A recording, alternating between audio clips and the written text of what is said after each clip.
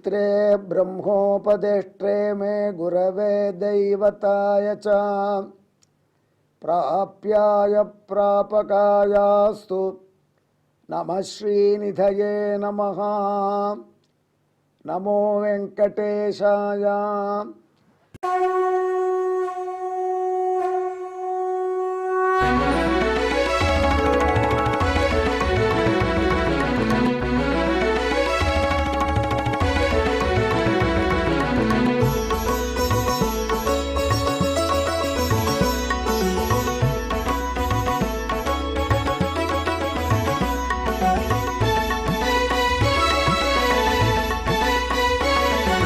सहस्रनामं सहस्रनामं श्रीवेङ्कटेश सहस्रनामं सहस्रनामं सहस्रनामं श्रीवेङ्कटेश सहस्रनामं।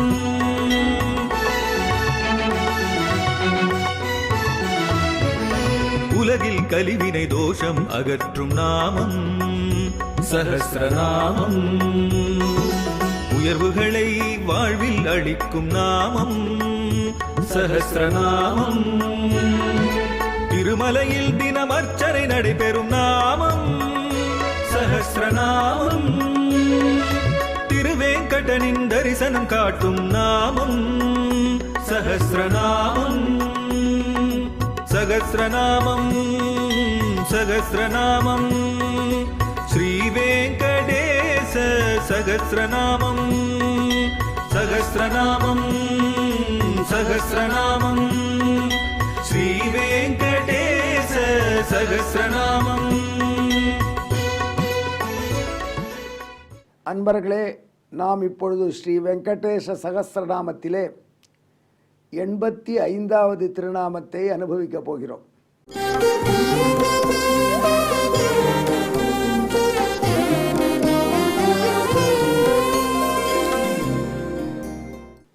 ஆறு திருநாமங்களினாலே மத்ஸ்யாவதாரத்தை அனுபவித்து அதன் பிறகு 9 திருநாமங்களினாலே கூர்மாவதார நிகழ்ச்சிகளை நினைவு கூர்ந்த நாரத பகவான் இப்பொழுது வராக அவதார நிகழ்ச்சிகளின் அடிப்படையில் எம்பெருமான் வராக க்ஷேத்திரத்திலே விளங்கக்கூடிய திருவேங்கடமுடையானுடைய திருநாமங்களை அடுக்கி கொண்டு போகிறார். இந்த 85வது திருநாமம் லீலாக்ரோடகா என்பது. லீலாக்ரோடகா என்பதை எப்படி நாம் புரிந்து அனுபவிக்க வேண்டும்? இதற்கு நமக்கு ஒரு ஆழ்வார் பாடல் உதவுகிறது. நம்மாழ்வார் உண்ணும் சோறு பருகும் நீர் தின்னும் வெற்றிலையும் எல்லாம் கண்ணன் என்று வாழ்ந்த அருளாளர். நம்மாழ்வார் சாப்பிடலை, எதையும் பருகலை, தண்ணீரும் பருகலை, தாய்ப்பாலும் பருகலை. தாயின் வயிற்றிலிருந்து வெளியே பிறந்த குழந்தை குவா குவா என்று அழ வேண்டும்.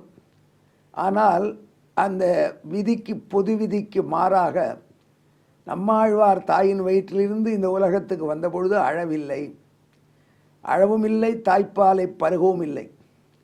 10 நாள்கள் கடந்தன, குழந்தை அப்படியே தான் இருக்குது. நாளொரு மேனியும் பொழுதொருமா வளர்கிறது. ஆனால் அதற்கு தாய்ப்பால் தேவைப்படவில்லை, எதையும் சாப்பிடவில்லை, அழவில்லை. பிள்ளை வேண்டுமென்று தவமிருந்து அந்த பிள்ளையை பெற்ற பெற்றோர்கள் இந்த அதிசய பிள்ளை இப்படி இருப்பதை பார்த்து எம்பெருமான் இந்த திருத்தலத்திலே குடிகொண்டிருக்கிற ஆதிநாத பெருமான் தான் நமக்கு அருள வேண்டும் என்று முறைப்படி 11வது நாள் அந்த குழந்தைக்கு பிரசவ தீட்டெல்லாம் முடிந்தவாறே இறைவனுடைய திருவடிவாரத்திலே வைத்து அவன் அருளை பெறுவோம் என்று திருக்குறுகூர் திவ்ய கஷேத்திரத்திலே உள்ள ஆதிநாத பெருமாள் சன்னதி முன் கொண்டு வந்து வைத்தார்கள் குழந்தையை. அப்பொழுதுதான் அந்த அதிசயம் நடந்தது. குழந்தை எழுந்தது, நடந்தது. கோயிலை வலமாக, கருவறையை வலமாக வந்தது. வடக்கு பிராகாரத்தில் உள்ள ஒரு புளிய மரம், உறங்கா புளி என்று பெயர் பெற்ற புளிய மரம், பெரிய புளிய மரம், அதில் ஒரு பொந்து, அந்த பொந்தில் குழந்தை தாவி ஏறி அமர்ந்தது. இதெல்லாம் 10 நாள் குழந்தை செய்த அதிசயம். அங்கே இருந்து குழந்தை இறைவனையே தியானம் செய்து கொண்டிருந்தது. இதெல்லாம் இந்த குழந்தை பின்னாடி ரெக்கார்ட் பண்ணுகிறது.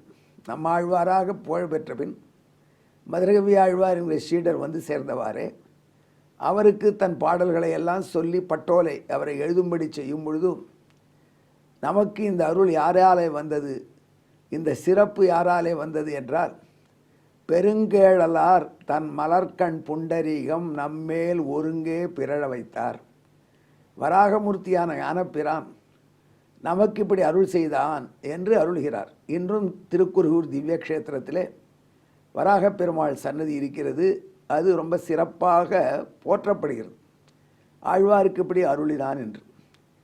அந்த ஆழ்வார் எம்பெருமானுடைய வெற்றி செயல்களை எல்லாம் தொகுத்து ஆழியழ என்று ஒரு பதிகம் பாடுகிறார் 7ஆம் பத்திலே. அந்த பதிகத்தினுடைய அமைப்பு ஒரு அழகான அமைப்பு. அப்பன் அப்பன் என்று ஒவ்வொரு பாசுரத்திலும் எம்பெருமானை வாய் வெறுவி ஆழ்வார் குறிப்பிடுகிறார். அப்பன் என்ற சொல்லுக்கு நமக்கு உபகாரம் செய்தவன் என்று பொருள். அப்பன் உபகாரகன், உதவி செய்தவன். அப்படி எம்பெருமான் அவதாரங்கள் எடுத்து செய்த உதவிகளை ஆணை தொழில்கள் என்று சொல்வார்கள் நம் ஆன்றோர்கள்.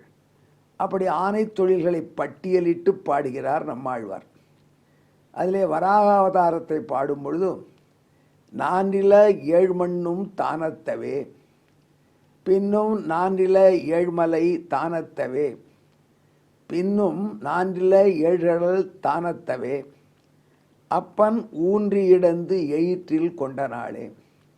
எம்பெருமான் வராகனாக வந்து பாதாளத்திலே சுருட்டி வைக்கப்பட்டிருந்த பூமி தேவியை தன்னுடைய 2 கொம்புகள், அற்புதமான வராகம். அந்த வராகத்துக்கு நாம் பார்க்கின்ற வராகங்களுக்கு இப்பொழுது கொம்புகள் இல்லை. இது ஆப்பிரிக்காவில் தெரியக்கூடிய ஒற்றை கொம்புடைய பன்றி என்று ஆராய்ச்சியாளர்கள் சொல்கிறார்கள். ஏகஸ்ருங்கோ வராகஸ்துவம் என்று ராமாயணத்திலே பிரம்மதேவன் ராமனை நீதான் ஒரு கொம்பையுடைய வராகனாக அவதரித்தாய் என்று பாடுகிறார். ஆனால் ஆழ்வார்கள் 2 பிறை 2 பல் இவைகள் கூடிய வராகம் என்று வர்ணிக்கிறார்கள். அதேபடி நாம் பல வராகனுடைய படங்களை பார்க்குறோம். 2 கோரைப்பற்களிலே பூமி பந்தை, பூகோளத்தை, பூமி உருண்டையை ஏந்தி கொண்டு வருகின்ற மாதிரி ஓவியர்கள் நமக்கு காட்டுகிறார். இப்பொழுது எம்பெருமான் தன் எயிற்றிலே, தன்னுடைய கொம்பிலே அந்த பூமியை பாதாளத்தை குத்தி எடுத்து பூமியை அதிலே தூக்கி கொண்டு மேலே வந்து வைத்தான். இதை செய்யும் பொழுது எம்பெருமான் எந்தவித சிரமத்தோடும் செய்யலை. ஏதோ ஒரு விளையாட்டு போல செஞ்சான். சில பேர் சொல்லுவாங்க சைல்ட்ஸ் பிளே என்று. குழந்தை விளையாடும் பொழுது அதுக்கு சிரமம் இல்லை. என்னுடைய பேரப்பையன் கூட ஒரு பொன்மொழி சொன்னான் ஒரு நாளைக்கு, தூங்கிறதுக்கு போர் அடிக்கிறது, சாப்பிட்றதுக்கு போர் அடிக்கிறது, ஆனால் விளையாடுறதுக்கு மட்டும் போர் அடிக்கலை அப்படின்னு அந்த 4 வயசு பையன் சொன்னபோது அயர்ந்து போனேன். அந்த விளையாட்டு என்பது குழந்தைகளுக்கு போர் அடிக்கிறது இல்லை. அந்த விளையாட்டு போல இந்த செயலை செய்தான் வராகனைனார் என்று போற்றக்கூடிய வராக பெருமான். பூமி, மலை, கடல் இவைகளெல்லாம் கூடிய அமைப்பு தானே பூமி. அதில் இந்த இடம் மலை, இந்த இடம் கடல்னு இருக்குது. இரணியனவைகளை புதைத்த பொழுது மீண்டும் எடுத்து வைக்கிற பொழுது விளையாட்டு பொருளை அங்கே எங்கே சிதற விடாமல் சில குழந்தைகள் வைத்து இருந்த இடத்துலையே மீண்டும் வைக்கும். ரொம்ப அழகான பண்போடு இந்த வராகன் அப்படித்தான் லீலை செய்தான். அதான் ஆழ்வார் ரசிக்கிறார். நான்றில ஏழ்மண்ணும் தானத்தவே.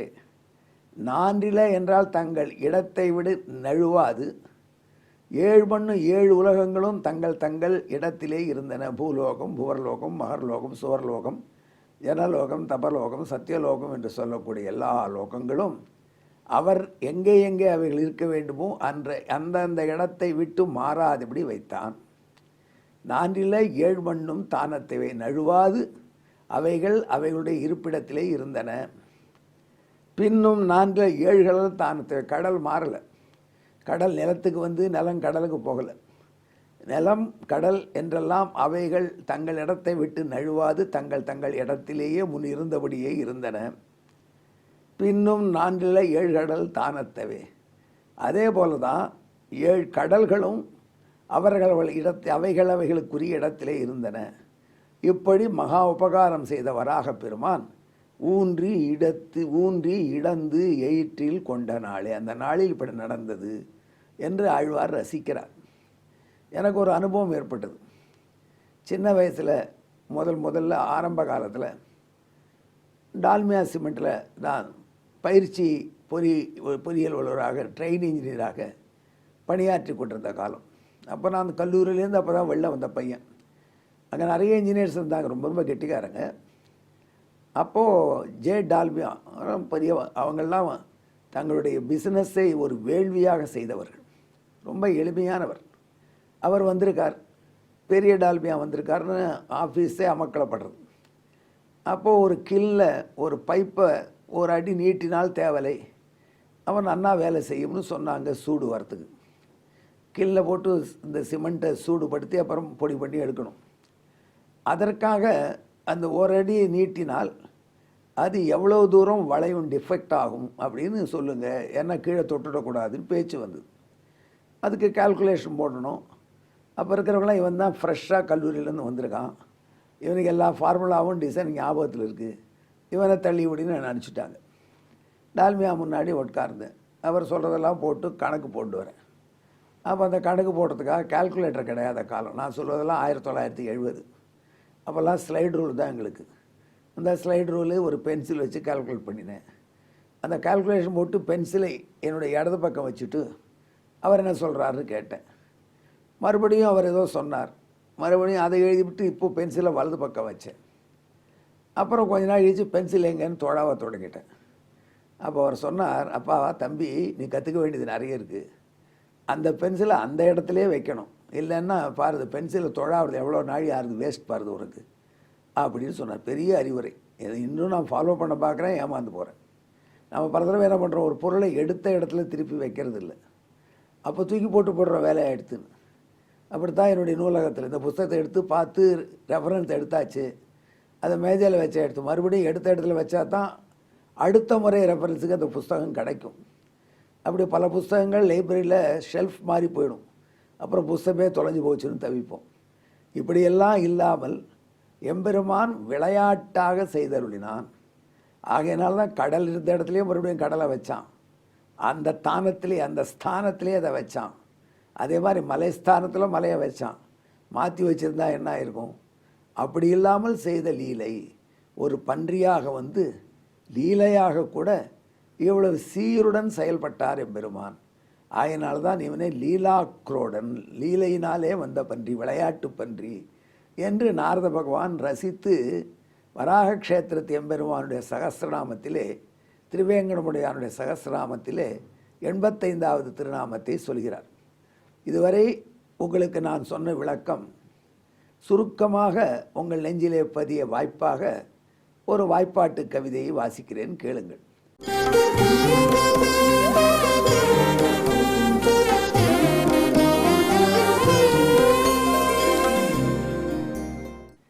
நாசாத்வாராத் அம்புஜயோனேகே ஜாதஸ் சத்யோ விருத்தோ பூத்வா பூமிம் ஸ்தானே ஸ்தாபிதவான்யः கிட்டிரிதி நாம்னா லீலாக்ரோடகா.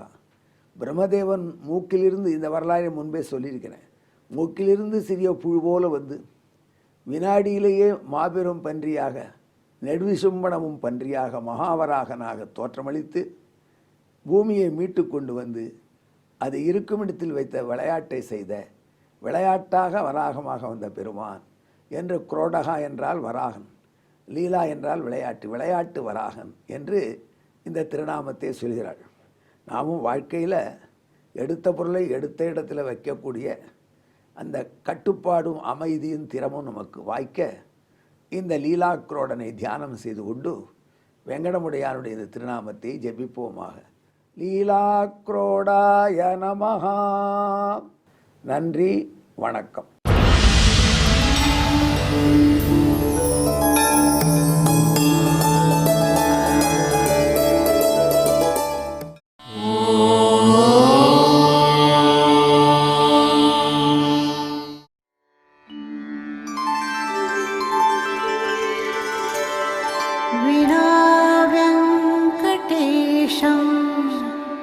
ननाथो ननाथः सदा वेङ्कटेशं स्मरामि स्मरामि. हरे वेङ्कटेश प्रसीद प्रसीद प्रियं वेङ्कटेश प्रयच्छ प्रयच्छ